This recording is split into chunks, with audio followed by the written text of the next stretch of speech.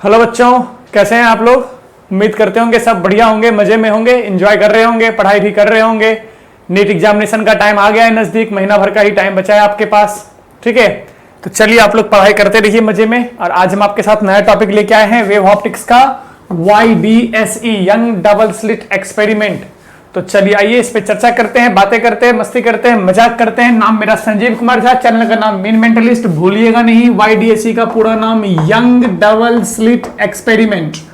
Young double slit experiment का importance क्या है कि यंग डबल स्लिट एक्सपेरिमेंट वो पहला वैलिडेट एक्सपेरिमेंट था जिसने लाइट के वेव नेचर को एक्सपेरिमेंटली प्रूफ किया। It was the first experiment which proved the wave nature of the light, that is interference of light. याद कीजिए, इंटरफेरेंस ऑफ लाइट के इंटरफेरेंस वेव नेचर का आपने क्लास 11th में भी पढ़ा है, पहले लेक्चर में मैंने भी डिस्कस किया है। तो इंटरफेरेंस ऑफ वेव का प्रैक्टिकल, इंटरफेरेंस ऑफ लाइट का प्रैक्टिकल एक्सपेरिमेंट जो था वो क्या था, हमारा young double slit experiment for the very first time. और इंटरफेरेंस जो होता है वो वेव में ही होता है। तो YDSE के एक्सपेरिमेंट से ये चीज क्लियर हो गया कि लाइट वेव नेचर सो तो करता है अंडर सर्कमस्टांसेस है, जो भी चीजें हो डज नॉट मैटर, लेकिन लाइट में वेव नेचर है और लाइट वेव है, ये चीज तो कंफर्म हो गया बाय YDSE एक्सपेरिमेंट। तो हम लोग आज करेंगे इस एक्सपेरिमेंट के बारे में चर्चा करेंगे। फ्रिंजेस कैसे बनते हैं इसके बारे में चर्चा करेंगे। डार्क फ्रिंज, ब्राइट फ्रिंज क्या होता है इसके बारे में चर्चा करेंगे। और इसके बाद हम पाथ डिफरेंस, मतलब डार्क और ब्राइट के लिए कंडीशंस वाला पाथ डिफरेंस, कुछ डेरिवेशन करेंगे। यहाँ पे डेरिवेशन में दो तरीके से आपको बताऊंगा, एक लॉन्ग मेथड जो CBSE बोर्ड एग्जामिनेशन में आपने लिखना है, एक शॉर्टकट मेथड जो आपको याद रखना है न्यूमेरिकल सॉल्विंग के लिए, और फॉर्मूला तो याद रखना ही है। तो चलिए काम स्टार्ट करते हैं YDSE में। तो देखिए आपके बोर्ड पे यहाँ पे डायग्राम दिख रहा है, हमने किया क्या है यहाँ पे। ये डायग्राम मैंने पहले इसलिए बना लिया क्योंकि बनाने में इसको टाइम लगता है। मैं यहाँ पे रफली आपको बता रहा हूं कि कैसे डायग्राम मैंने बनाया और वहां हो क्या रहा है, फाइनली रिजल्ट बताऊंगा। तो है क्या, अच्छा इसको स्टार्ट करने से पहले एक बात हम और जान लेते हैं, कोरेंट सोर्स और नॉन कोरेंट सोर्स के बारे में। ये चीज जानना बहुत जरूरी है। नॉन कोरेंट सोर्स क्या होता है ये समझ लीजिए। देखिए कोरेंट सोर्स और नॉन कोरेंट सोर्स क्या होता है। मान लीजिए कि मैंने क्या किया, मान लीजिए एक वेव, कोई सोर्स है जिसने एक वेव जनरेट किया, ये वाला वेव जनरेट किया। एक कोई सोर्स है जिसने ये वाला वेव जनरेट किया, एक ये पहला सोर्स है। कोई दूसरा सोर्स है जिसने जो, अब देखिए हम लाइट के वेव नेचर की बात कर, इसलिए वेव की बात कर रहे हैं। कोई दूसरा सोर्स है जिसने मान लीजिए कुछ ऐसा वेव जनरेट किया, ठीक है, ऐसा वेव जनरेट किया, बहुत अच्छी बात है। इस वेव का फ्रीक्वेंसी जो है मान लेते हैं x, और इस वेव का फ्रीक्वेंसी जो है वो मान लेते हैं y। तो क्या ये और ये वेव हमारा कोरेंट सोर्स कहलाएगा? जी नहीं, नहीं कहलाएगा, बिल्कुल नहीं कहलाएगा। मान लेते हैं, अच्छा अब कहेंगे कि यहां पे फेज डिफरेंस की बात करते हैं। भाई फ्रीक्वेंसी अलग अलग है यहां पे, इसलिए हमने इसको नॉन कोरेंट सोर्स बोला। कोरेंट सोर्स में क्या होता है कि या तो कांस्टेंट फेज डिफरेंस हो, कांस्टेंट फेज डिफरेंस हो, और फेज डिफरेंस जो होता है, फेज डिफरेंस वो जीरो होना चाहिए। कितना होना चाहिए फेज डिफरेंस? जीरो। और फेज डिफरेंस कितना होना चाहिए? जीरो होना चाहिए, ठीक है। या तो कांस्टेंट फेज डिफरेंस होना चाहिए या फिर जीरो। मतलब क्या हुआ, देखिए इसमें और इसमें फेज डिफरेंस कितने का है आपको पता है। ये साइन का ग्राफ है, ये कॉस का ग्राफ है, π/2 का फेज डिफरेंस आपको दिख रहा है। इस दोनों में आपको π/2 का फेज डिफरेंस दिख रहा है। तो देखिए एक वेव मान लीजिए इसका यहां खत्म हो गया, फर्स्ट वेव, इसको मैं हटा देता हूं। एक वेव इसका यहां खत्म हो गया, कोई दिक्कत नहीं है, ये यहां खत्म हो गया। अब क्या हो कि यहां से जो नया वेव चले वो फिर से ऐसा ही चले, यहां से जो नया वेव चले वो भी ऐसा ही चले जो ऐसा पहले था। तो अभी भी इस यहां से देखिए, अब इसको भूल जाना है। यहां से देखिए इन दोनों में फेज डिफरेंस अभी भी कितने का है? π/2 का। तो क्या ये कांस्टेंट? ऐसा नहीं है कि फेज डिफरेंस नहीं होगा कोरेंट सोर्स में, कोरेंट सोर्स में फेज डिफरेंस होगा। इसी बेसिस पे हम इंटेंसिटी डिराइव करेंगे। कोरेंट सोर्स में भी फेज डिफरेंस होता है, लेकिन वो कांस्टेंट फेज डिफरेंस होता है, उसमें चेंजेस नहीं हो सकता है। या फिर फेज डिफरेंस जीरो हो, दैट्स ऑल।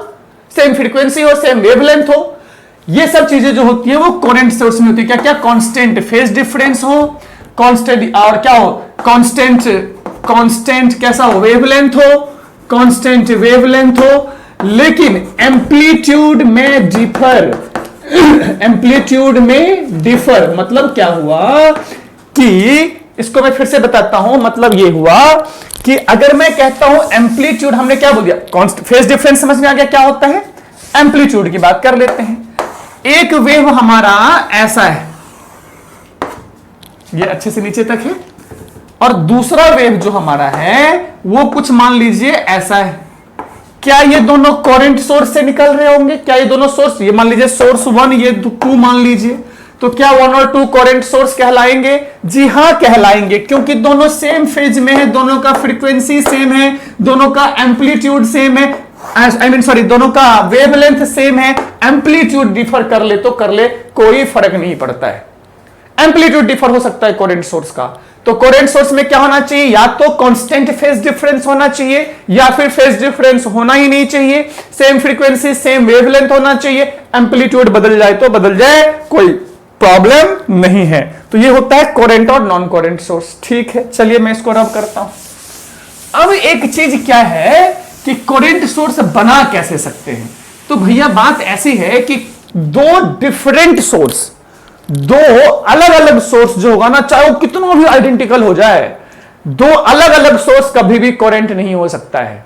दो अलग अलग सोर्स, मान लीजिए कि मैंने एक बल्ब यहां पे लिया और दूसरा बल्ब यहां लिया, और दोनों आइडेंटिकल है, दोनों डिट्टो, एक ही कंपनी का, एक ही सिस्का एलईडी है, दोनों 8 वाट का है, दोनों सेम कंपनी का, सेम टाइप, सब कुछ ditto, complete identical, but still they can not be current source. Why? Because कि वेव को मीडियम पे भी तो फर्क पड़ेगा ना, जिस मीडियम में वो ट्रेवल कर रहा है वहां पे कोलिजन हो रहा है, व्हाट एवर फोटॉन्स का इफेक्ट्स, या फिर बहुत सारे ऐसे बहुत सारी चीजें ऐसी होती है जो वेव्स को, मैं वेव्स की बात कह रहा हूं, डिस्टरबेंस कर सकता है, उसके फेज को चेंज कर सकता है। ठीक है ना, बहुत सारा ऐसा केसेस है, ऐसा फैक्टर है जो किसी भी डिफरेंट सोर्स के से निकलने वाले वेव्स के फेजेस को चेंज कर सकता है। इसलिए दो अलग अलग source, two different source can never be, two different source can never be correct, कभी नहीं हो सकता है, not possible. Okay, very good. Then how we will get the correct source? तो हम क्या करते हैं, मान लीजिए यहां पे मैंने एक ही बल्ब लिया, एक सिंगल बल्ब लिया, इससे मान लीजिए 2 मीटर पे मैंने एक स्क्रीन लगा दिया, यहां से ऊंचा 1 मीटर, यहां से नीचे 1 मीटर पे 2 होल्स बना दिए, ये 2 होल्स बना लिया मैंने। अब अगर मैं इसको यहां से देखूं, तो मुझे ये सोर्स नहीं दिखेगा, मुझे तो एक ये दिखेगा और दूसरा ये दिखेगा। अब चूंकि दोनों जो होल्स है वो सोर्स से इक्वल डिस्टेंस पे है, तो इक्वल फेज का इक्वल वाइब्रेशन यहां पहुंच रहा होगा। भाई यहां जो वाइब्रेशन पहुंच रहा होगा वही यहां भी पहुंच रहा होगा, सेम टू सेम होगा, क्योंकि इक्वल डिस्टेंस पे है, एक ही सोर्स से इक्वल डिस्टेंस पे है। तो यहां वाले आदमी को ये एक सोर्स दिखेगा और ये भी एक सोर्स दिखेगा, तो ये जो S1 और S2 है ये दोनों कोरेंट सोर्स कहलाएंगे।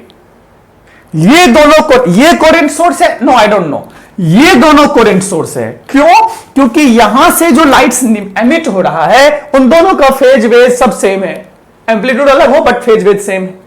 समझ गए इस बात को? करंट कैसे बनाते हैं? एक ही सोर्स से कुछ डिस्टेंस पे, एक ही सोर्स से इक्वल डिस्टेंस पे होल्स बना लिया, तो किसी और को देखने वाले को यहां पे क्या लगेगा कि ये दोनों सोर्स है, ये थोड़ी दिखेगा उसको, तो ढका हुआ है इतने से पार्ट में, तो ये सोर्स है, वो वहां से उसके, और यहां से निकलने वाली जो वेव्स होगी वो करंट सोर्स होगी, क्योंकि दोनों इक्वल डिस्टेंस से आ रहा है, यहां से यहां और यहां से, इन दोनों ये दोनों सोर्स कैसे कहलाएंगे? करंट सोर्स कहलाएंगे। Current source is a comparable thing, किसी अकेले को ये करंट है क्या कह नहीं सकते, ये दोनों आपस में करंट है क्या तब कंपैरिजन करेंगे, अकेला कोई करंट कैसे हो सकता है? ठीक है, चलिए, तो एक ही सोर्स से हम करंट सोर्स बना सकते हैं, ये चीज समझ में आ गया। ओके, अब जो नेक्स्ट पार्ट है जो मैं कह रहा था कि इस डायग्राम की बात मैं बताता हूं, मैंने क्या किया कि मैंने एक करंट सोर्स लिया, हमने क्या किया यहां पे करंट सोर्स लिया है, ये इसका नाम दिया S1, इसका नाम दिया S2, ये करंट सोर्सेस हैं, ये क्या है हमारे पास? Current sources. अब इसमें से क्या होगा? लाइट वेव्स निकलेगी, तो मान लीजिए मैंने व्हाइट कलर से मान लेते, अब वेव कैसा होता है? वेव में एक कंप्रेशन, एक डिप्रेशन, रेयरफेक्शन होता है ना, एक एक एक कंप्रेशन, एक रेयरफैक्शन होता है, एक कंप्रेशन होता है, एक अप होता है, क्या होता है, एक क्या बोलते हैं, क्या बोलते हैं उसको, टाइड्स वाला होता है ना, क्या बोलते हैं, क्रिस्ट और ट्रफ, ये क्रिस्ट होता है, ये ट्रफ होता है, क्रिस्ट और ट्रफ होता है ना वेव्स में। तो ऐसा ही मान लीजिए व्हाइट से मैं क्रिस्ट को शो कर रहा हूं और रेड वाले से मान लीजिए मैं ट्रफ को शो करता हूं, है कि नहीं है। चलिए, तो ऐसा ही मैंने यहां पे शो किया, इसका भी बनाया, इसी तरीके से इसका भी बनाया हमने, यहां से भी देखिए इसका भी बनाया, इसका भी बनाया, ऐसे मैं बनाता गया, ऐसे बनाता गया, है ना। तो बनाने से क्या हुआ, दोनों से सोर्सेस निकल रहे, ध्यान से देखिए, यहां मैंने ये व्हाइट वाला बनाया, फिर रेड बनाया, फिर व्हाइट बनाया, फिर रेड बनाया, फिर व्हाइट, फिर रेड, फिर व्हाइट, फिर रेड, दिख रहा है। सिमिलरली यहां भी किया, देखिए यहां से ये आपको व्हाइट दिख रहा होगा, ये वाला व्हाइट, फिर हमने ये रेड बनाया है, फिर ये वाला व्हाइट बनाया है, फिर ये वाला रेड बनाया है, फिर ये व्हाइट बनाया है, फिर ये रेड बनाया है, फिर ये व्हाइट और फिर ये रेड। ये वेव का रिप्रेजेंटेशन हमने यहां पे किया है, ठीक है। ये दो सोर्सेस S1 S2 आपको दिख रहे हैं, बहुत अच्छी बात। ये जो सोर्स S1 S2, यहां से d डिस्टेंस पे हमने क्या किया, एक स्क्रीन लगा लिया, एक स्क्रीन लगा लिया। तो हमने क्या देखा, ऑब्जर्वेशन, ये प्रैक्टिकल है, कैलकुलेशन तो बाद में करेंगे। हमने क्या देखा कि ये जो स्क्रीन था, यहां पे जो सेंटर था, इसके बीचों बीच में मुझे एक व्हाइट सर्कल मिला या व्हाइट फ्रिंज मिला, व्हाइट लाइट मिला बेसिकली। अच्छा, अब मान लीजिए कि यहां से यहां तक मुझे मिला व्हाइट, ये पूरा पूरा मुझे एकदम रोशनी मिला है, खूब ज्यादा इंटेंसिटी है, खूब ज्यादा रोशनी है, ठीक है। फिर हमने क्या देखा कि इसके बाद कुछ इतना सा दूर तक बिल्कुल काला काला अंधेरा था, कुछ नहीं था। ऐसा क्या था, काला काला अंधेरा था, बिल्कुल कुछ नहीं था। ऐसा ही हमने नीचे की तरफ भी देखा, कुछ ऐसा, यहां पे बिल्कुल फिर से अंधेरा, ये अंधेरा। फिर क्या था, फिर यहां पे लाइट था, फिर से रोशनी, फिर से यहां पे ब्राइटनेस था, यहां फिर से ब्राइटनेस, ये ब्राइटनेस। फिर क्या आया, फिर हमने देखा यहां पे डार्कनेस, फिर हमने देखा यहां पे डार्कनेस। तो ये हमने क्या एक्चुअली देखा कि एक ऑब्जर्व्ड पैटर्न बन के स्क्रीन पे आ रहा है। देखिए, हमने यहां से तो दो लाइट जलाया, सेम फेज में दो कोरेंट सोर्स जलाया, लेकिन स्क्रीन पे मुझे लाइट ही नहीं मिल रहा है, मुझे लाइट भी मिल रहा है, डार्कनेस भी मिल रहा है। ऐसा कब हो सकता है कि मैं इधर से एनर्जी दूं, इधर से भी एनर्जी दूं, लेकिन रिजल्टेंट मुझे जीरो मिले? क्या ऐसा प्रिंसिपल ऑफ सुपरपोजिशन में हुआ करता था? याद कीजिए, वेव्स में प्रिंसिपल ऑफ सुपरपोजिशन, एक वेव ऐसा ये एनर्जी दिया, दूसरा वेव ऐसा ये एनर्जी दिया, दोनों रिजल्टेंट मिला के क्या जीरो हुआ करता था? क्या प्रिंसिपल ऑफ सुपरपोजिशन, चूंकि यहां पे मेरा कोरेंट सोर्स है, सेम सोर्स है, तो वेवलेंथ, एम्पलीट्यूड, फ्रीक्वेंसी सब सेम टू सेम, तो ये आ गया हमारे पास जीरो। ऐसा क्यों? ये क्या था? ये इंटरफेरेंस ऑफ वेव था, याद है ना? ये इंटरफेरेंस, इन दोनों में इंटरफेरेंस हुआ। देखिए, प्रिंसिपल ऑफ सुपरपोजिशन अपने आप में कोई चीज नहीं है, पहले इंटरफेरेंस होता है, फेनोमेना इज इंटरफेरेंस। पहले इंटरफेरेंस हुआ और फिर वहां पे प्रिंसिपल ऑफ सुपरपोजिशन काम आया और रिजल्टेंट जीरो हो गया। इंटरफेरेंस मतलब दोनों मिलना। तो ऐसा तो वेव के साथ होता था। तो इसका मतलब अगर ऐसा यहां पे डार्कनेस हुआ, लाइट और लाइट को हमने मिलाया, लेकिन वहां मिल रहा है डार्कनेस, दैट मींस लाइट भी एक वेव हुआ, दैट मींस लाइट भी एक वेव हुआ। देखिए, इससे जो जन का एक्सपेरिमेंट है, इससे पहले वेव लोग कह रहे थे, डी ब्रॉय का एक्सपेरिमेंट ही डी ब्रॉय कहते हैं, हाइजेंस ने तो समझा ही दिया था पूरा, थ्योरी भी उसने, प्रिंसिपल भी दे दी थी, लेकिन एक्सपेरिमेंटली प्रूव नहीं हुआ था कुछ भी। एक्सपेरिमेंटली होता है ना प्रूफ करने का, वो पहला प्रूफ था YDSC, फर्स्ट प्रूफ। इसके बाद डिफ्रैक्शन और फिर बहुत सारी चीजें, फ्रेंजल डिस्टेंस आया, बहुत सारी चीजें, फ्रेंजल एक्सपेरिमेंट है, फिर आया, लेकिन ये फर्स्ट था, ठीक है। इसलिए वेरी इंपॉर्टेंट। और सबसे इंपॉर्टेंट बात कि YDSC से अप्रॉक्स हर साल न्यूमेरिकल एक पूछा गया है, ईच ईयर एक न्यूमेरिकल पूछा गया है। किसी किसी साल डिफ्रैक्शन में से पूछ लिया गया है, लेकिन मैं बहुत ज्यादा फ्रीक्वेंसी है इसका, बहुत ही ज्यादा फ्रीक्वेंसी है ना। तो इसको बहुत ध्यान से समझिएगा। तो ये किसके साथ होता था? वेव के साथ होता था। तो इसका मतलब ये वेव ही होगा।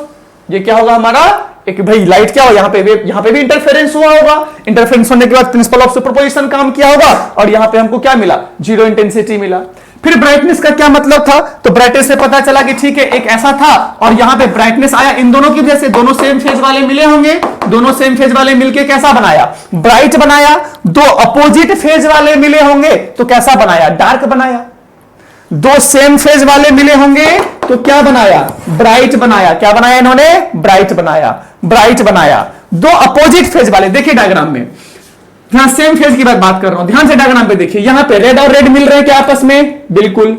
देखिए तो व्हाइट और व्हाइट मिल रहे हैं यहां पे, बिल्कुल। क्या रेड और रेड मिल रहे हैं यहां पे, बिल्कुल। व्हाइट और व्हाइट मिल रहे हैं, बिल्कुल। रेड और रेड मिल रहे हैं, बिल्कुल। हमने स्ट्रेट किया, देखिए यहां पे व्हाइटनेस, ये व्हाइट आया, मतलब ब्राइट फ्रिंज आया, ब्राइट आया, ठीक है। अगला वाला, इससे जस्ट ऊपर वाला देखिए, यहां पे देखिए तो क्या हो रहा है, डार्क और मतलब देखिए तो ब्राइट और रेड मिल रहे हैं, मतलब अपोजिट फेज वाले, ब्राइट और रेड। ध्यान से इस चीज को देखिए, ब्राइट और रेड मिल रहा है, अपोजिट फेज, ब्राइट और रेड अपोजिट फेज, ब्राइट और रेड अपोजिट फेज, ऐसा करके हम गए तो हमको क्या मिला, यहां पे डार्क मिल गया अपोजिट फेज वाले पे। सेम तरीके से ऐसा ही क्या होता गया, इसको इधर ले लीजिए, ऐसा ही आप नीचे भी चेक कर सकते हैं, ऐसा ही आप नीचे ऊपर भी चेक कर सकते हैं, ये ऐसा पैटर्न बनता गया। ये जो यहां पैटर्न बना है, इस पैटर्न को कहते हैं फ्रिंजेस। क्या बोलते हैं इसको हम लोग, फ्रिंजेस। क्या बोलते हैं इसको, इस पैटर्न को फ्रिंजेज,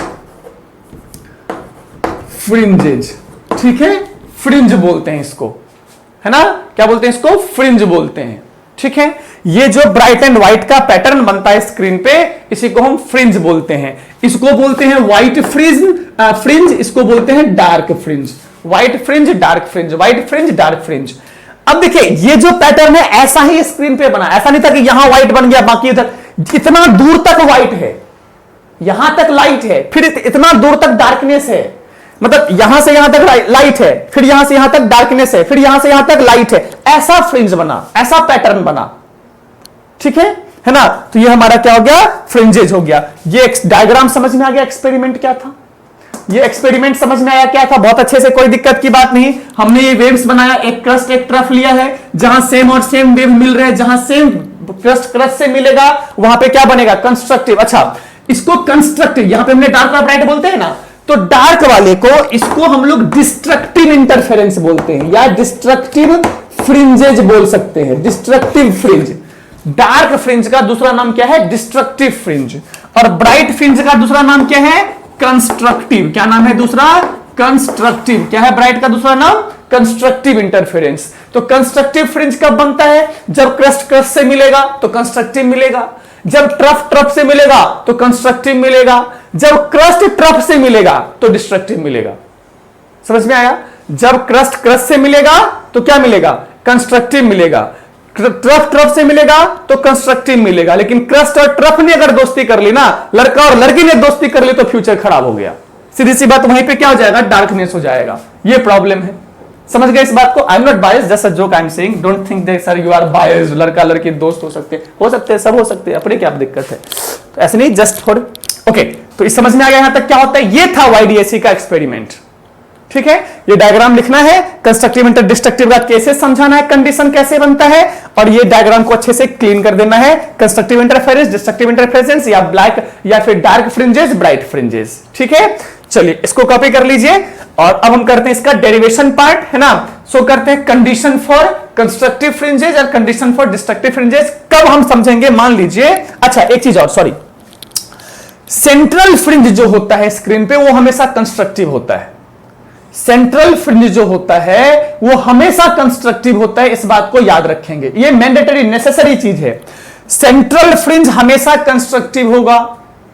अब हमने बोला कि सेंटर से मान लीजिए 10 सेंटीमीटर पे डिस्टेंस पे एक फ्रिंज है। हमने क्वेश्चन बोला सेंटर से 10 सेंटीमीटर के डिस्टेंस पे एक फ्रिंज है, जरा बताइए कि वो कंस्ट्रक्टिव है कि डिस्ट्रक्टिव है। ये क्वेश्चन है। क्वेश्चन क्या है कि सेंटर से 10 सेंटीमीटर के हाइट पे एक फ्रिंज है, बताइए वो फ्रिंज कंस्ट्रक्टिव है कि डिस्ट्रक्टिव है। सेंटर फ्रिंज तो कैसा, कंस्ट्रक्टिव। सेंटर से 10 सेंटीमीटर ऊपर कैसा होगा, पता नहीं, राम जाने, नहीं मालूम अपने को। तो इसके लिए हम लोग इक्वेशन डिराइव करेंगे कि कैसे कैलकुलेट कर सकते हैं कंस्ट्रक्टिव को, कंस्ट्रक्टिव होगा कि डिस्ट्रक्टिव होगा, वो पता लगाने के लिए हम लोग, है ना, अभी डिराइवेशन करते हैं। तो इस डेरिवेशन को मैं दो तरीके से समझाऊंगा, इसको में से जो कुछ कर रहा हूं कॉपी कर लीजिए, बाकी कहानी को आपने, इस एक्सपेरिमेंट की कहानी को आपने अपने वर्ड्स में लिखना है for the board appearing students. इसकी कहानी को आपको स्वयं अपने वर्ड्स में लिखना है, और बहुत जरूरी है, very important part, this one is very very important part. YDSE पूछा गया है ना, हर साल ही इसका डेरिवेशन पूछा गया है, ठीक है ना, बोर्ड एग्जामिनेशन में। और नीट में स्पेशलिटी आप जान सकते हैं कि हर साल फ्रीक्वेंसी, हर 3 साल कंटिन्यू वाईडीएसई पूछता है, तो 1 साल डिफ्रैक्शन पूछता है। ऐसा पैटर्न मैंने देखा है पिछले 30 सालों में। 30 सालों का मेरे पास क्वेश्चन पेपर है उसमें से। तो आप देखिएगा, आपको इसके क्वेश्चंस मैं करवाऊंगा 1 बाय 1 करके। तो चलिए पहले आते हैं इसके डेरिवेशन पार्ट पे।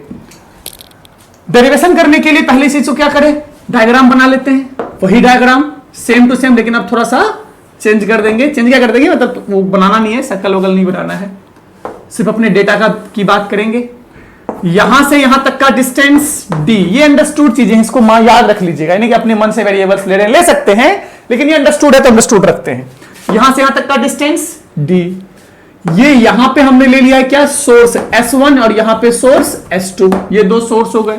और इन दोनों सोर्स के बीच का डिस्टेंस जो है वो डिस्टेंस में स्मॉल डी मान लेता हूं। क्या मान लेता हूं मैं, स्मॉल डी। इस डेरिवेशन को मैं 2 तरीके से बताऊंगा, एक लंबा वाला तरीका, एक छोटा वाला तरीका। लंबा वाला तरीका बोर्ड अपियरिंग स्टूडेंट्स के लिए, छोटा वाला तरीका ट्रिक है ना, तो ट्रिक लास्ट में। चलिए, यहां सेंटर से मैंने एक पॉइंट बना लिया, इसका नाम दे दिया O, जो कि हमारा क्या है, सेंटर है। सेंटर पे तो हमेशा ब्राइट फ्रिंज बनना है। क्यों ब्राइट फ्रिंज बनता है, देखिए इसको भी हम समझा सकते हैं आपसे। अगर पाथ डिफरेंस के टर्म में, फ्रिंजेस हम यहां पे निकाल रहे हैं, क्या पाथ डिफरेंस, अभी क्या बोला था, यहां से 10 सेंटीमीटर पे, चलिए मान लीजिए यहां से y डिस्टेंस पे ये पॉइंट है, y डिस्टेंस पे ये पॉइंट है, और मुझे बताना है कि ये जो फ्रिंज है, क्वेश्चन है कि ये जो फ्रिंज है वो डार्क है कि ब्राइट है। मुझे नहीं पता क्या है, बताना है, ठीक है। चलिए, इस डिस्टेंस का d बोल दिया, यहां से यहां तक हमने y बोल दिया, बहुत अच्छा काम, वेरिएबल्स हम सब कुछ ले ही चुके हैं, बहुत अच्छी बात है। अब क्या कीजिए, देखिए इस नाम का पॉइंट का नाम P दे देते हैं। इस P पॉइंट पे S1 सोर्स से जो लाइट एमिट होगा, वेव एमिट होगा, वो पहुंचेगा P पे, बिल्कुल पहुंचेगा। ये S2 से भी पहुंचेगा P पे, हां ये भी पहुंचेगा, बिल्कुल। तो चलिए, S1 से हमने P पे पहुंचा दिया, S2 से भी P पे पहुंचा दिया, यहां तक हम पहुंच गए। इस डिस्टेंस का नाम S1P, इस डिस्टेंस का नाम S2P, ये हमने सेंटर से लिया, याद रखिएगा। ये सोर्स है यहां पे S1 S2, याद रखना है। ये S1 S2 यहां पे क्या है, हमारा सोर्स है, ठीक है ना, इसलिए कंफ्यूज कर जाए, ठीक है, बहुत अच्छी बात है, यहां तक कर लिया हमने। अच्छा, अब हम जरा सा यहां से निकालिए तो S2P minus S1P, S2P square minus S1P square. अच्छा, आई एम सॉरी, यहां से नहीं करते, पहले थोड़ा सा इससे पहले करते हैं। चलिए, अब क्या कीजिए, यहां से एक और परपेंडिकुलर सामने वाले लाइन पे ड्रॉ कर देते हैं, ये पॉइंट पे, और यहां से भी एक परपेंडिकुलर ड्रॉ कर दीजिए। डायग्राम एकदम लाइन बाय लाइन समझना है आपने, diagram is very much important. Diagram जो समझ लेंगे उनका डेरिवेशन होने में कोई दिक्कत नहीं है, डायग्राम से ही डेरिवेशन है, बार बार कहता हूं, डायग्राम से ही डेरिवेशन है। डायग्राम को बहुत ध्यान से, क्या किया, S1 S2P पॉइंट पे लाइन बना लिया, और यहां से सामने वाले लाइन पे परपेंडिकुलर ड्रॉ कर दिया। यहां से यहां का डिस्टेंस अगर d है, ध्यान से, अगर इन दोनों के सोर्स के बीच का डिस्टेंस अगर d है, तो सेंटर से इसका डिस्टेंस कितना होगा, डेफिनेटली ये d/2 ही होगा, और ये भी d/2 होगा। कोई दिक्कत इतनी सी बात में? अगर ये d/2 है तो ये भी d/2 होगा, और ये भी d/2 होगा, बहुत अच्छी बात है। चलिए, अब ट्रायंगल, इस नाम का, इसका नाम दे दीजिए m, और इसका नाम दे देते हैं n। तो ट्रायंगल, मैं स्टेप बाय स्टेप कर रहा हूं बोर्ड एग्जामिनेशन के लिए, अभी लास्ट में मैं ट्रिक बताऊंगा, क्वेश्चंस करेंगे नीट के पॉइंट ऑफ व्यू से। इन ट्रायंगल कौन सा, S1P और M, या S1MP, S1MP, ट्रायंगल दिख रहा है सबको, S1MP, ये एंगल 90 डिग्री है, ऑब्वियस सी बात है।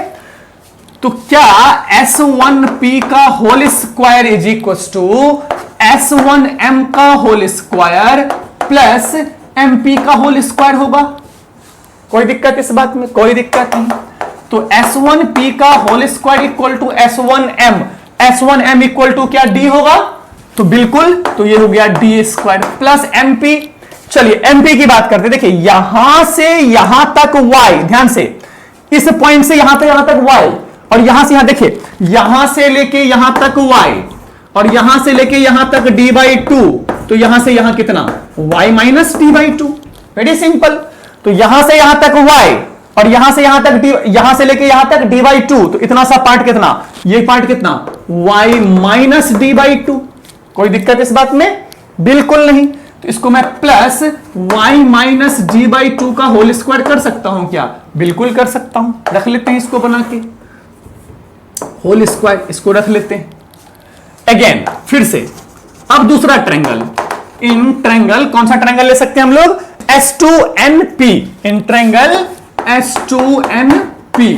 सीबीएसई बोर्ड वालों को ऐसे ही सॉल्व करना है एग्जामिनेशन में, तभी मार्क्स मिलेंगे। शॉर्ट ट्रिक से करोगे मार्क्स एक भी नहीं मिलेगा। 3 मार्क्स का ही क्वेश्चन पूछा जाता है यहां से, 100% 3 मार्क्स का क्वेश्चन प्लस 2 मार्क्स का न्यूमेरिकल पूछा जाता है बोर्ड एग्जामिनेशन में, है ना, चाहे यहां से चाहे डिफ्रैक्शन से, तो दोनों केस से, है ना। तो इसलिए याद रखिए इस बात को।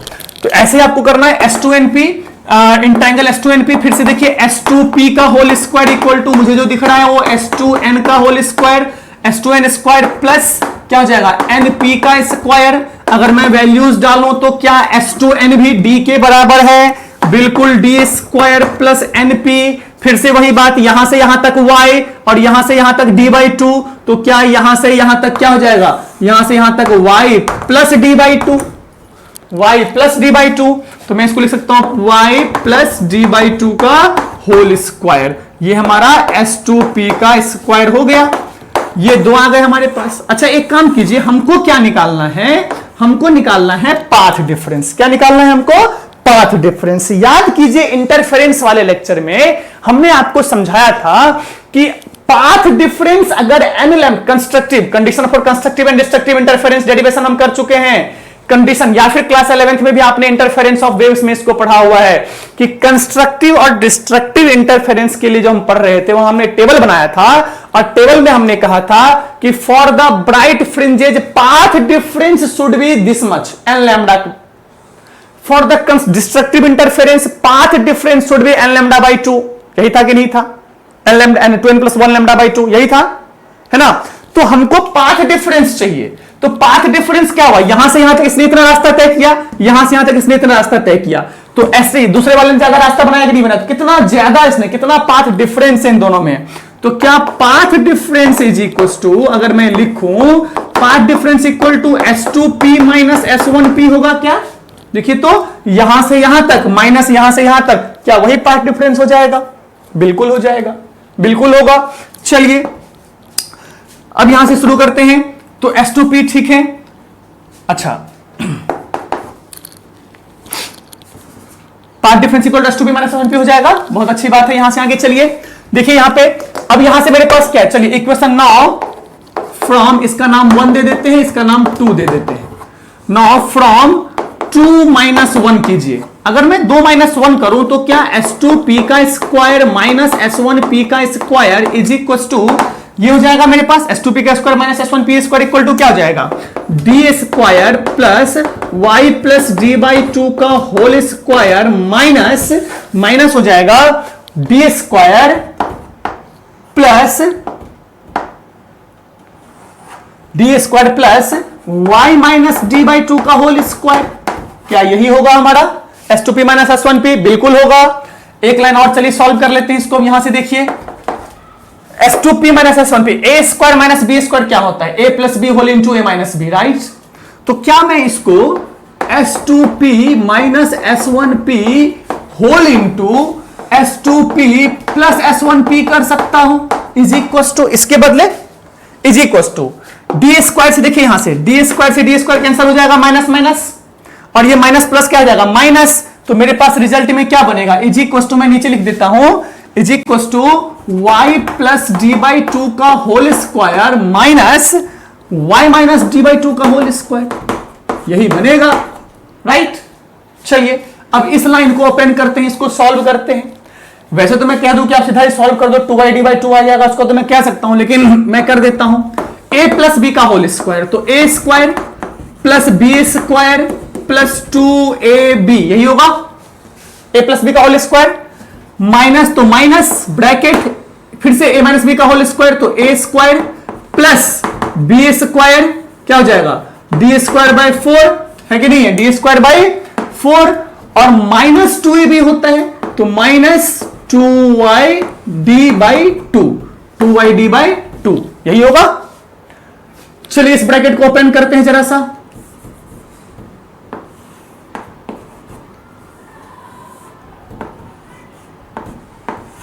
चलिए ये d, ये वाला d इसका है, तो इसमें कंफ्यूज नहीं होइएगा, है ना।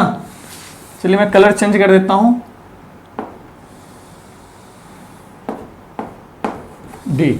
ठीक है, ब्रैकेट ओपन कीजिए, क्या देखिए तो ये वाई स्क्वायर से y square cancel, D square 4 से डी स्क्वायर बाय 4 कैंसल, ये भी कैंसल होगा कि नहीं होगा बोलिए। ये चलिए यहां से 2 से 2 कैंसिल हो गया तो क्या बचा, वाई डी यहां से बच गया और माइनस माइनस क्या हो जाएगा प्लस, ये भी 2 से 2 कैंसिल तो क्या बचेगा वाई डी, है कि नहीं है। तो y D plus y D कितना हो गया मेरे पास 2yd इक्वल टू किसके, इक्वल टू इसके, हमने देखिए यहां से क्या हमने राइट हैंड साइड को सॉल्व किया ही है, लेफ्ट हैंड साइड वैसा ही है, कैसा है मेरे पास यहाँ पे S2p माइनस S1p और 2yt डिवाइड बाय इसका मैं साइड चेंज कर दूं तो S2p प्लस S1p होगा कि नहीं होगा, ये चीज हमारे पास बिल्कुल होगा, कोई दिक्कत इस चीज में। चलिए अब हम एक बात क्या मान लेते हैं कि लेट एज्यूम, यहां पे थोड़ा सा एजम्पशन है, S1p is nearly equal to S2p is nearly equal to d, ऐसा मान लेते हैं। तो इस एजम्पशन को मानने के बाद अगर मैं वैल्यूज यहां डालूं तो 2yd बाय ये d प्लस d कितना हो जाएगा 2d इज इक्वल टू क्या S2p माइनस S1p, और ये क्या था पाथ डिफरेंस, ये क्या था हमारा पाथ डिफरेंस, है ना। तो यहां से पाथ डिफरेंस कितना आ गया, यहां से हमारे पास आ गया 2 से 2 कैंसिल, तो क्या बनेगा यहां से path difference is equal to path difference is equal to y D by y small d by D, ये रिलेशन हमको याद रखना है। पाथ डिफरेंस अभी हमने नहीं बताया कि वो डार्क है या ब्राइट है, अभी मैंने ये नहीं बताया कि ये डार्क है कि ब्राइट है, क्या है नहीं है, अभी सिर्फ बोला कि इन दोनों वेव्स के बीच का path difference y D by D है। वाई क्या है मेरा यहाँ पे सेंटर से गिवन पोजीशन का डिस्टेंस, डी क्या है स्लिट्स के बीच का, इनको बोलते हैं स्लिट्स के बीच का डिफरेंस, और डी क्या है सोर्स और स्क्रीन के बीच का डिफरेंस डिस्टेंस, ये हमारा डी हो गया। यहां तक समझ में आ गया, ये चीज हमारा डिफरेंस समझ में आ गया। तो इसके बाद हम आगे का काम करते हैं, इसके बाद कंडीशंस बनाते हैं, condition for dark fringe, condition for bright fringe. तो यहां तक का डेरिवेशन समझ में आ गया। एक बार फिर से हमने क्या किया, पहले वाले ट्रायंगल, ये वाला ट्रायंगल आपको दिख रहा है, यहां से हमने पाइथागोरस थ्योरम लगा के S1p निकाला, फिर बड़े वाले ट्रायंगल से हमने S2p निकाला, फिर 1 और 2 को 2 माइनस 1 कर दिया तो S1p का स्क्वायर माइनस S2p का स्क्वायर आ गया हमारे पास, इक्वल टू ये राइट हैंड साइड का समेशन सॉल्व किया तो yd प्लस yd 2yd आया। फिर हमने नियरली इन दोनों सबको नियरली इक्वल मान लिया, क्योंकि लाइट का वेवलेंथ जो होता है वो बहुत छोटा होता है, तो ये समझाने के लिए इतना बड़ा बनाया गया है, बहुत छोटा छोटा, ये पॉइंट कुछ यहाँ पे, ये पॉइंट कुछ बहुत ज्यादा यहाँ पे होगा, ये जो फ्रिंजेस होते हैं ना बहुत ही स्मॉल लेवल पे देखा जाता है। जो वेव नेचर है लाइट का वो बहुत ही वेवलेंथ बहुत छोटा होता है लाइट का, बहुत 10 और -14 फर्मी बहुत छोटा होता है भाई, बहुत छोटा। तो हम मान सकते हैं कि नियरली दोनों इक्वल है, यहां से हमारे पास path difference is equal to yd by D आ गया। इस इक्वेशन को मैं एक और तरीके से आपको प्रूफ करके बताऊंगा, जो कि मैंने कहा था, अच्छा अभी बता देता हूं, चलिए इसको एक और तरीके से प्रूफ कर सकते हैं। यहां तक मैं एक और तरीके से प्रूफ करूंगा, शॉर्टकट तरीका, ये समझ में आ गया।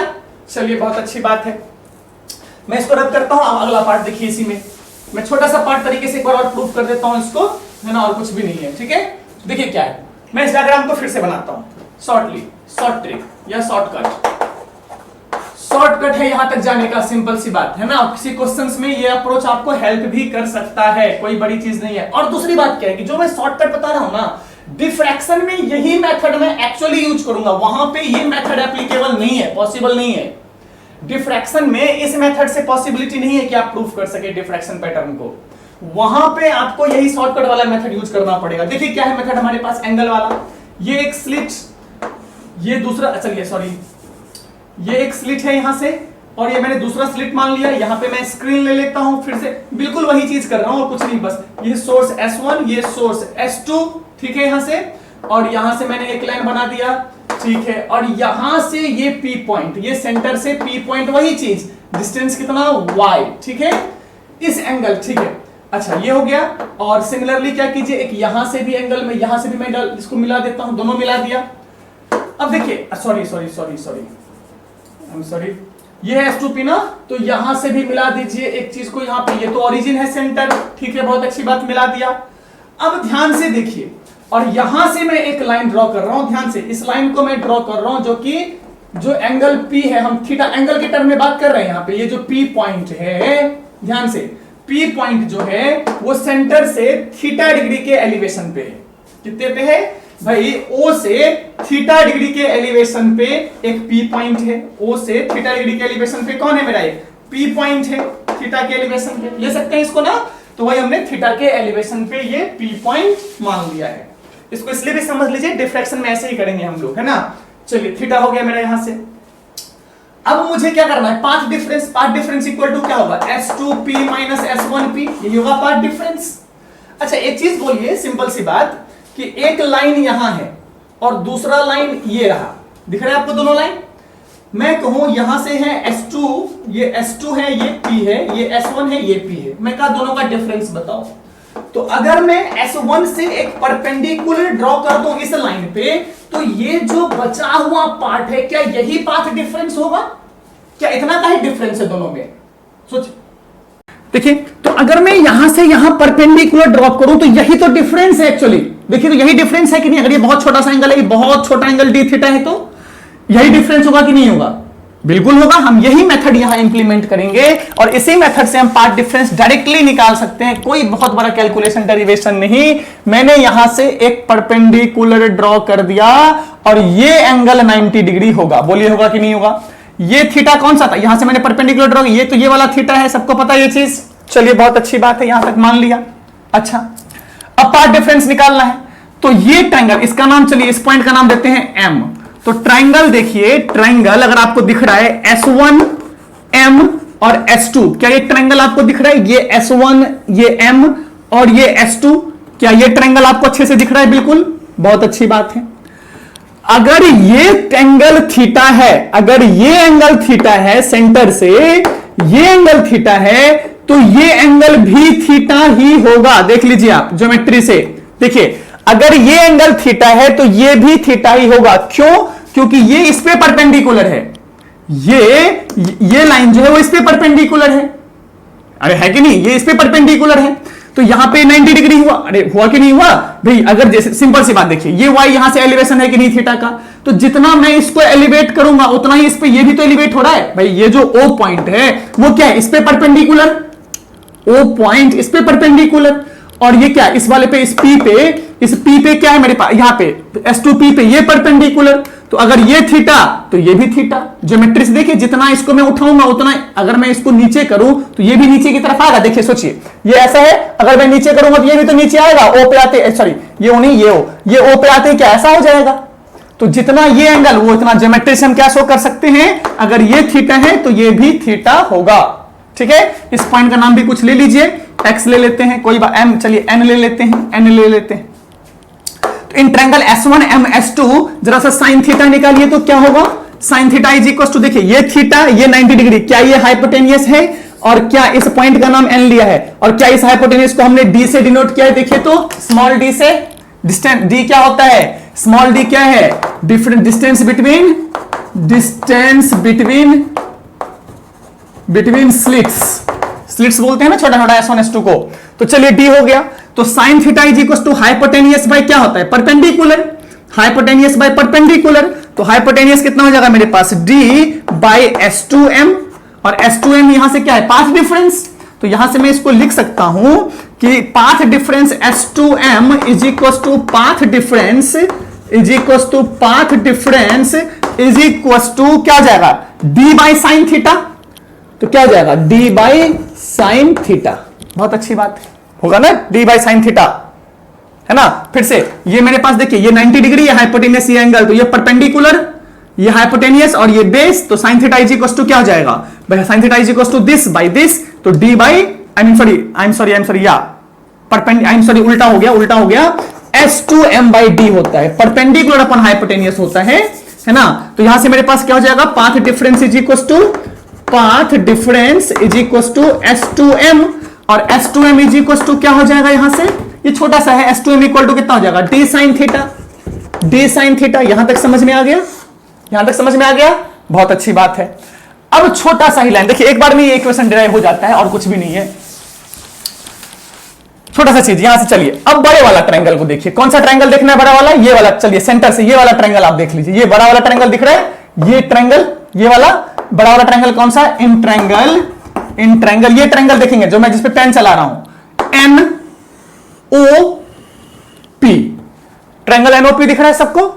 ट्रायंगल NOP, देखिए NOP और ये तीसरा वाला लाइन दिखा आपको, तीसरा वाला लाइन है ना।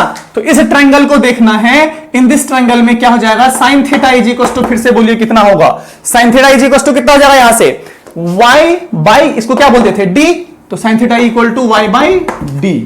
ठीक है, इस वैल्यू को क्या करना है, यहां पुट कर देना है, तो क्या बन जाएगा, path difference is equal to, path difference is equal to D into sine theta के बदले y by D, y by D, तो क्या बन गया, path difference equal to y D by D. देखिए तो सेम टू सेम है कि नहीं है, दोनों सेम ही है। तो ये स्मॉलेस्ट मेथड है ना, डिफ्रैक्शन में इसको यूज करते हैं। सीबीएसई बोर्ड एग्जामिनेशन के लिए आपको जो पुराना मेथड बताया उससे डिराइव करना पड़ेगा, क्योंकि 3 नंबर का क्वेश्चन पूछता है, 3 या 2 नंबर का भी पूछेगा तो आपको पूरा करना पड़ेगा। ये भी बिल्कुल करेक्ट है, लेकिन हो सकता है सीबीएसई में स्टेप मार्किंग की वजह से आपका मार्क्स इसमें कट कर ले। डिफ्रैक्शन को हम सिर्फ इसी मेथड से प्रूफ करेंगे, डिफ्रैक्शन में हम इसी मेथड का यूज करेंगे, सेम चीज रिपीट करेंगे। समझ गए इस बात को। दूसरे मेथड से भी हम पाथ डिफरेंस निकाल सकते हैं, 2 मेथड आपको याद रखना है, ठीक है। और ये शॉर्टकट हो गया। अब यहां से आगे हम चलते हैं कि अब जो मेरा मेन क्वेश्चन था कि P हमारा डार्क कब होगा और P हमारा ब्राइट कब होगा, यही था मेन क्वेश्चन। तो चलिए मैं इसको रब कर रहा हूं, इसको कॉपी कर लीजिए आप लोग अच्छे से।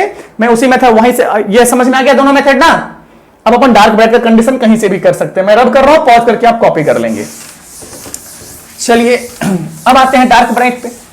मान लेते हैं, अच्छा एक चीज मैं डेटा लिख लूं यहां से पहले, ये डी था ना, और पाथ डिफरेंस कितना आ चुका है अपने पास, मैं लिख लेता हूं path difference is equal to, दिख रहा होगा आपको, path difference is equal to क्या था, y small d by D, y small d by D, यही था। चलिए y क्या है मेरा, सेंटर से उस पॉइंट का डिस्टेंस, d क्या है स्लिट डिफरेंस, और कैपिटल D क्या है distance of the screen from the source, ठीक है, perpendicular distance of the screen from the source. Okay, तो चलिए स्टार्ट करते हैं। अभी मान लेते हैं let P is a bright fringe, मान लीजिए कि P जो है वो ब्राइट फ्रिंज है या कंस्ट्रक्टिव फ्रिंज है। तो देन वी नो, हम एक बात जानते हैं, क्या जानते हैं कि फॉर ब्राइट इंटरफेरेंस से, we know from interference for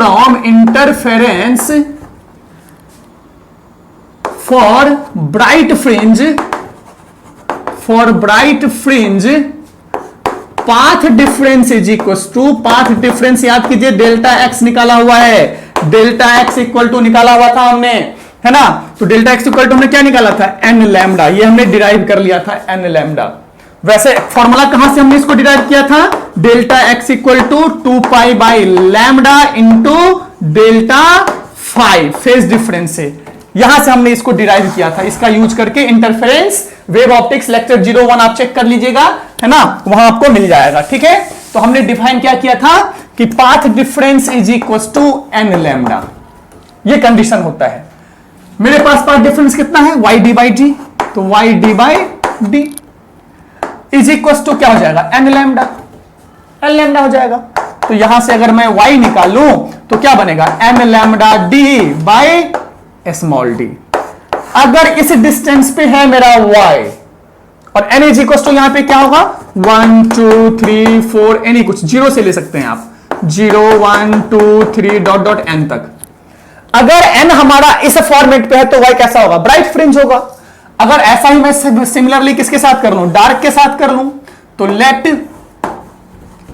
y is a dark fringe. अगर डार्क फ्रिंज होगा तो फिर से वी नो फिर से from interference that path difference equal to कितना होना चाहिए, फॉर डार्क के लिए हम कर रहे हैं, यहां पे डार्क के लिए काम कर रहे हैं ये, तो पाथ डिफरेंस कितना होना चाहिए, याद कीजिए 2n-1 लैम्डा बाई 2।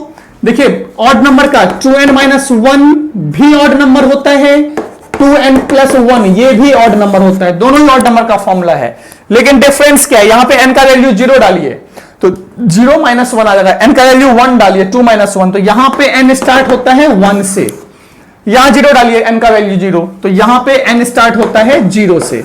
तो मैं इस फॉर्मूले का यूज कर रहा हूं यहां पे 2n-1 वाले का, दोनों ही ऑड नंबर है, मैं ये फॉर्मूला यूज करूंगा अभी, ठीक है। तो we know path difference equal to 2n-1 lambda by 2 का odd multiple of lambda by 2, यही था। चलिए तो यहां से फिर सॉल्व करते हैं, पाथ डिफरेंस हमारा क्या आया है, y d बाई डी। आप कहेंगे सर दोनों में पाथ डिफरेंस आपने वही लिया। भाई मुझे नहीं पता कि पी डार्क है कि ब्राइट है। अगर ये इसके इक्वल है तो डार्क है, अगर ये पाथ डिफरेंस इसके इक्वल है तो ब्राइट है, दैट्स ऑल, है ना। तो y D by D is equal to क्या हो जाएगा 2n माइनस 1 लैम्डा बाई 2। अब यहां से हम इसको सॉल्व करें तो y इज इक्वल टू कितना आ जाएगा 2n माइनस 1 लैम्डा बाई 2 और ये कैपिटल D बाई डी। ये फॉर्मूला हो गया। अगर y मेरा इसके इक्वल है तो डार्क फ्रिंज है, y हमारा इसके इक्वल है तो ये कैसा है ब्राइट है, ये कैसा है हमारा ब्राइट है। और यहां पे n मैं कहां से शुरू करूंगा 1 से, याद रखिएगा यहां पे n कहां से स्टार्ट होगा 1 से स्टार्ट होगा। ये डार्क और ब्राइट का कंडीशन है यंग डबल स्लिट एक्सपेरिमेंट में। यहां से पता चलता है कि हमारा ये डार्क होगा कि ब्राइट होगा, कौन सा फ्रिंज होगा। ठीक है, अभी ये खत्म नहीं हुआ, ये तो बोर्ड एग्जामिनेशन के लिए भी खत्म हुआ। फ्रिंज विड्थ और एंगुलर विड्थ भी बचा हुआ है। फ्रिंज विड्थ भी जानना है, एंगुलर विड्थ भी जानना है, तो इसको कॉपी कर लीजिए और फिर हम फ्रिंज विड्थ के बारे में बात करते हैं। मैं इसको डब करता हूं और फिर अपन करते हैं फ्रिंज विड्थ पे। कॉपी कर लीजिए, इस पे क्वेश्चंस पूरा लेक्चर में क्वेश्चन का ही करूंगा इस पे, है ना। बहुत इंपॉर्टेंट है सीबीएसई नीट एग्जामिनेशन से, और सीबीएसई में भी इसका न्यूमेरिकल पूछा जाता है। अच्छी बात तो वो है। चलिए मैं इसको रब कर देता हूं अभी यहां से। अच्छा चलिए अब जानते हैं हम लोग क्या फ्रिंज विड्थ क्या है हमारा फ्रिंज विड्थ। फ्रिंज विड्थ का क्या मतलब हुआ? फ्रिंज विड्थ का मतलब ये हुआ कि देखिए क्या बताया था मैंने भी स्क्रीन पे, यहां से यहां तक क्या था व्हाइट, फिर इसके बाद क्या मिला था अपने को डार्क, ये डार्क, फिर इसके बाद क्या मिला था व्हाइट, ऐसा था, यहां भी डार्क था ये, फिर इसके बाद यहां व्हाइट था, यही तो मिला था अपने को, याद है फ्रिंज स्क्रीन पे ऐसा ही फ्रिंजेस बनता है अपना। ठीक है, ऐसा फ्रिंजेस बन गया। फ्रिंज विड्थ का मतलब क्या हुआ?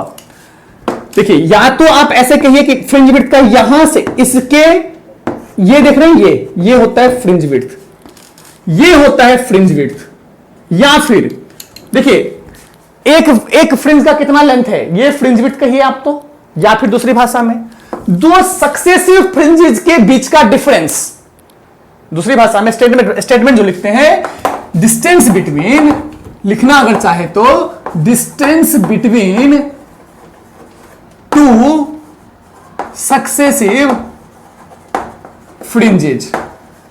अब चाहे डार्क या ब्राइट किसी के बीच का हो, डज नॉट मैटर। देखिए सक्सेसिव फ्रिंजेस के बीच का अगर मैं डिफरेंस कहूं तो यहां पे व्हाइट खत्म हो रहा है और फिर यहां पे व्हाइट शुरू हो रहा है, तो क्या यही डिस्टेंस हुआ? यही तो मैं बोल रहा था कि यही डिस्टेंस। क्या यहां पे डार्क खत्म हो रहा है और क्या यहां से डार्क फिर शुरू हो रहा है, तो क्या इसी डिस्टेंस की मैं बात कर रहा हूं? तो सिंपल भाषा में भाई distance between two conjugative fringes, और होता क्या है समझ में आया क्या होता है फ्रिंज विड्थ हमारा, और एंगुलर फ्रिंज विड्थ यहीं से समझ लीजिए। मान लीजिए यह मेरा सेंटर था, तो सेंटर से ये और ये जो एंगल डी थीटा होता है इसी को बोलते हैं एंगुलर फ्रिंज विड्थ। इसी को क्या बोलते हैं एंगुलर फ्रिंज विड्थ। दोनों समझाऊंगा अभी। ये क्या हुआ देखिए, ये देखिए फिर से एक बार एंगुलर फ्रिंज विड्थ को फिर से डेफिनेशन समझ लीजिए, इक्वेशन फिर से बताऊंगा।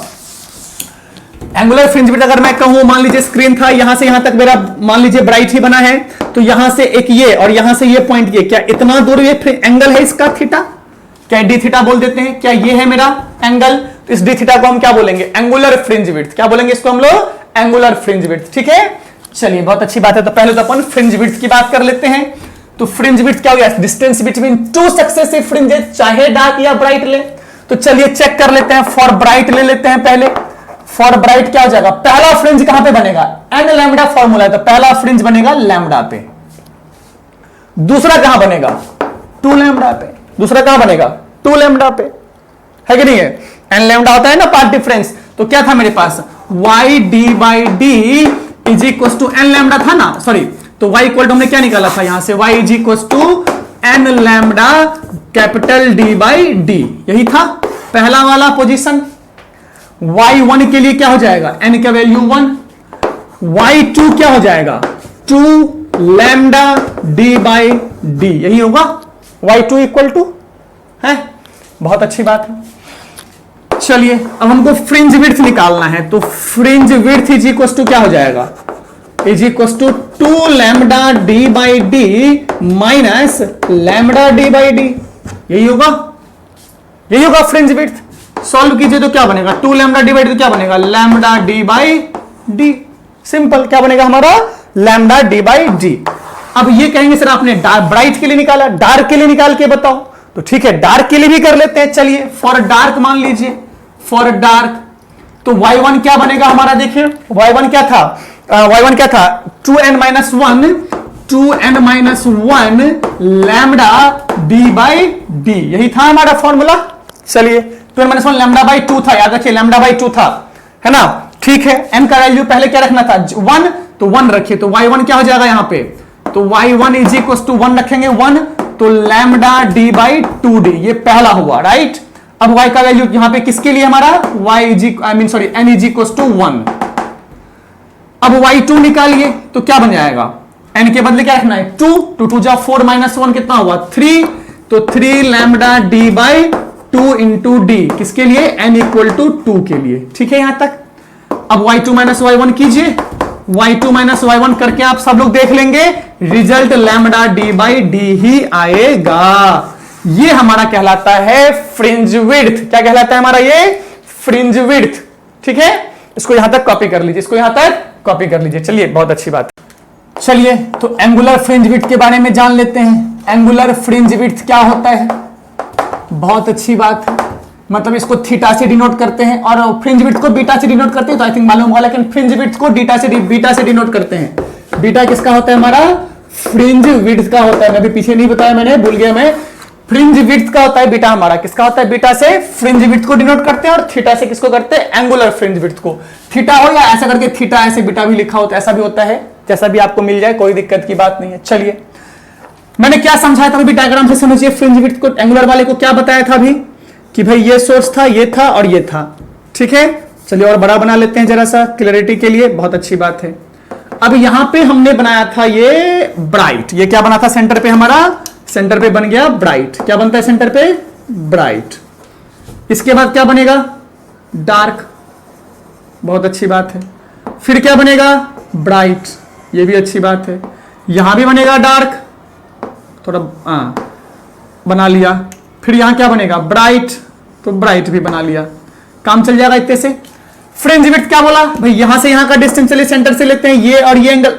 चलिए क्या होगा फ्रिंज विड्थ हमारा, या तो ऐसे मान लीजिए सेंटर से ये हो गया एंगुलर फ्रिंज विड्थ, इसका सेंटर देख रहे हैं, और अगले वाले का सेंटर, क्या सेम डिस्टेंस होगा ये दोनों, बोलो तो, बोलो जल्दी से। डी थीटा मान लेते हैं इसको, डी थीटा मान लो जल्दी से, क्या सेम डिस्टेंस होगा, यही फ्रिंज विड्थ। देखिए क्या यही हमने अभी अभी बीटा निकाला है, क्या यही हमने अभी अभी बीटा फ्रिंज विड्थ निकाला है, दो सक्सेसिव फ्रिंजेस के बीच का डिस्टेंस, राइट, यही था ना हमारा। तो ये क्या हो गया हमारा बीटा, तो यहां और ये बीटा और ये कितना है स्क्रीन डिस्टेंस डी। तो फ्रॉम फिगर आप देख सकते हैं, फ्रॉम फिगर tan थीटा निकालिए, तो चलिए मैं डी थीटा नहीं लेता हूं, थीटा ही ले लेता हूं।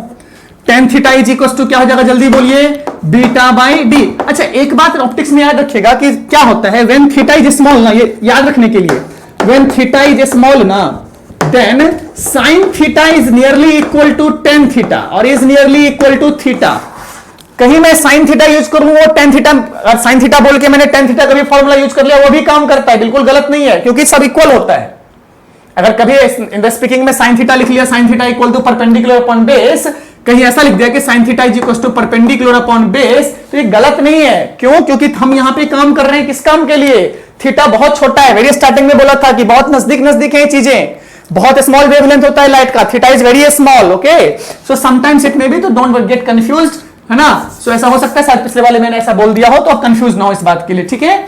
ये याद रखेंगे, sin theta is nearly equal to tan theta is nearly equal to theta होता है। तो चलिए फ्रॉम फिगर क्या हो जाएगा, beta by D.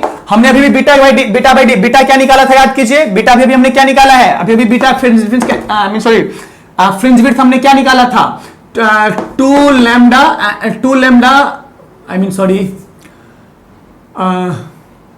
n lambda equal to y D by D, और यहां से y इक्वल टू क्या था, lambda n lambda D by D, तो 2 minus lambda D by D. तो हमने क्या निकाला था, लैम्डा डी बाई डी। तो tan theta is equal to, यहां से tan थीटा के बदले मैं थीटा लिख सकता हूं, तो थीटा इक्वल टू इसके बदले क्या हो जाएगा मेरे पास, लैम्डा डी बाई डी, यही निकाला था हमने, lambda D by D. Path difference beta का वैल्यू रिसेंटली हमने भी निकाला है ना, लैम्डा डी बाई डी। तो चलिए यहां से थीटा का वैल्यू डालते हैं। अब यहां से थीटा निकालिए, बीटा बाई डी। चलिए बीटा के बदले हमने क्या डाल दिया, लैम्डा डी बाई डी, और ये वाला डी तो यहां पे रहेगा ही रहेगा ऐसा, तो ये डी ने डी को कैंसिल कर देना है, तो क्या बचेगा, theta is equal to lambda by D. और ये लैम्डा क्या है, wavelength of the light we are using in the experiment. और ये डी क्या है हमारा, डिफरेंस डिस्टेंस बिटवीन द स्लिट्स, डिस्टेंस बिटवीन द यहां से यहां के बीच का डिस्टेंस डी, याद है ना ये चीज। तो ये जो होता है हमारा एंगुलर फ्रिंज विड्थ होता है, क्या होता है हमारा, ये एंगुलर फ्रिंज विड्थ होता है। ये हमने क्या निकाला था, फ्रिंज विड्थ, और ये क्या हो गया हमारा, एंगुलर फ्रिंज विड्थ। क्या हो गया, ये एंगुलर फ्रिंज विड्थ। यहां तक समझ में आ गया। और ये बीटा है ना, यहां तक समझ में आ गया चीजें क्या होती हैं। यहां पे YDAC का एक्सपेरिमेंट खत्म हो जाता है। अब जो हम अगला करेंगे, पहले तो नेक्स्ट चैप्टर, नेक्स्ट जो कंटेंट करेंगे इसके हम न्यूमेरिकल्स करेंगे, अच्छे अच्छे नीट में आस्क्ड क्वेश्चंस। और उसके बाद हम इस सेटअप को, ये जो एक्सपेरिमेंटल सेटअप था, इसको हम लोग डिफरेंट मीडियम में चेक करेंगे। अभी अगला क्लास जो हमारा, यहां तक आप लोग अच्छे से एक बार पढ़ लीजिए, फिर जो अगला क्लास हमारा होगा उसमें हम लोग इस पे डिपेंडेंट अच्छे अच्छे न्यूमेरिकल्स करेंगे, YDAC के न्यूमेरिकल्स करेंगे। नेक्स्ट क्लास में हम लोग करेंगे, नेक्स्ट में क्या होगा हमारा, न्यूमेरिकल्स, है ना, न्यूमेरिकल्स ऑन YDAC, ठीक है। और उसके बाद जो अगला क्लास हम लोग करेंगे, तो अगला क्लास हम लोग उस पे क्या करेंगे, YDAC के सेटअप को अलग अलग मीडियम में डाल के कैसे न्यूमेरिकल्स बनते हैं उस पे भी डिस्कस करेंगे। तो अभी चलेगा लंबा, कोई दिक्कत की बात नहीं है, हम बहुत आराम से धीरे धीरे सब चीजों को एक्सप्लेन करने की, बताने की कोशिश कर रहे हैं। कहीं कहीं स्लिप ऑफ टंग और स्लिप ऑफ पेन हो जाए तो आप लोग नेग्लेक्ट कर दे उन बातों को, या कंफ्यूजन हो जाता है मेरे से पूछ लें, ठीक है ना। बाकी कभी कभी हो सकता है इन फ्लो में कि अपन स्लिप ऑफ पेन हो जाए, स्लिप ऑफ टंग हो जाए, तो ज्यादा माइंड ना करें इसके लिए। लेकिन हाँ, कोई ऐसा मिस्टेक हो तो मुझे बता जरूर दें इन कमेंट सेक्शन में, हम लोग इंतजार करेंगे आपके कमेंट का। कोई भी कंफ्यूजन हो तो आप हमें कमेंट सेक्शन में कमेंट कर सकते हैं। और अगर आप देख रहे हैं तो प्लीज सब्सक्राइब कर दीजिए, शेयर भी कर दीजिए, अच्छा लग रहा हो तो हमें भी मोटिवेशन मिलता रहेगा। कभी कभार बोल देता हूं, है ना। तो चलिए पढ़ते रहिए, मजे में रहिए। YDAC का एक बार ये रिवीजन पूरा कर लीजिए अच्छे से, है ना। और फिर हम लोग करेंगे, तैयार हो जाइए इस पे करने वाले न्यूमेरिकल्स के लिए। अच्छे अच्छे numericals, previous asked question numericals किए जाएंगे, ढूंढ ढूंढ के न्यूमेरिकल्स लाएंगे और एक एक न्यूमेरिकल्स को करके देखेगा मास्टर।